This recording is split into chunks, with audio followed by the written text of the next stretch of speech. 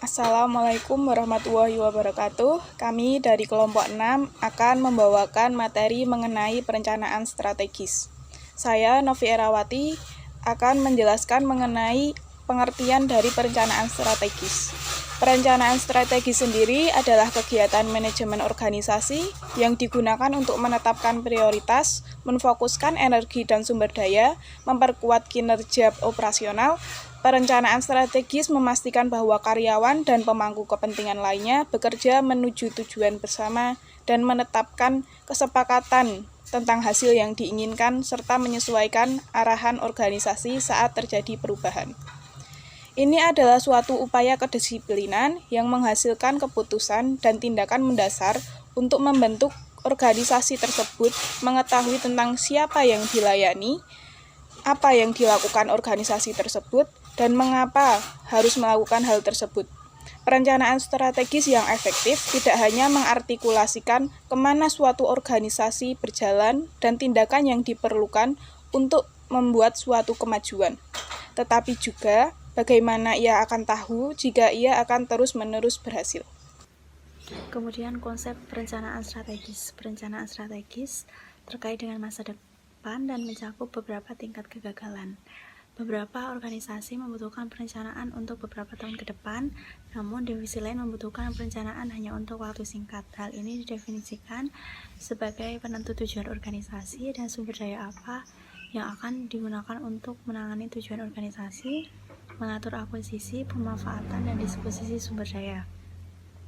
Kemudian contoh perencanaan strategis dalam organisasi yaitu diversifikasi bisnis menjadi lini baru, yaitu perkembangan diperlukan dalam penjualan seperti produk apa yang akan dihasilkan. Kemudian perencanaan strategis mencakup semua fungsional bisnis yang mungkin berhubungan dengan faktor ekonomi, teknologi, sosial, maupun politik.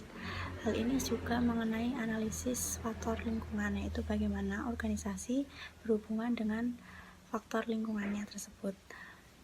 Kemudian beberapa organisasi membutuhkan perencanaan strategis ini berlangsung sekitar selama 3-5 tahun.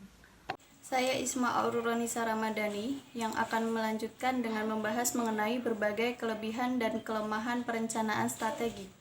Proses perencanaan strategik akan bervariasi dengan organisasi dan situasi. Ini akan bervariasi dalam derajat pengalaman, biaya dan penyelesaian, penggunaan metode-metode kuantitatif, dan dalam formalitas. Lalu apa saja kelebihan dari perencanaan strategik?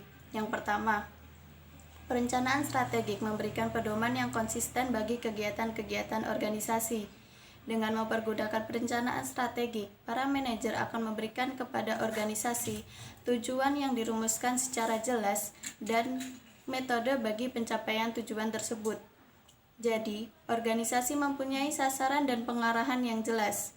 Di samping itu, proses perencanaan strategik membantu manajer mengantisipasi masalah-masalah sebelum timbul dan menanganinya sebelum menjadi lebih berat. Yang kedua, perencanaan strategik membantu para manajer dalam pembuatan keputusan. Analisa hati-hati dari perencanaan strategik memberikan manajer lebih banyak informasi yang dibutuhkan untuk membuat keputusan-keputusan yang baik. Yang ketiga, perencanaan strategik juga meminimumkan kemungkinan kesalahan karena tujuan atau sasaran strategi dirumuskan dengan cermat. Kemudian, apa saja kelemahan dari perencanaan strategik? Yang pertama, perencanaan strategik formal memerlukan investasi waktu, uang, dan orang yang cukup besar. Dalam banyak organisasi, perencanaan strategik memakan waktu bertahun-tahun agar berfungsi dengan lancar, sehingga dapat kehilangan kesempatan. Yang kedua, penetapan dan pemeliharaan suatu sistem formal melibatkan banyak biaya. Sebagai contoh, biaya riset pasar, survei juga penyusunan model yang sering menyangkut biaya kegiatan pemrosesan data yang mahal, biaya latihan dan penggajian para perencana, serta para manajer divisional dan fungsional yang terlibat dalam proses.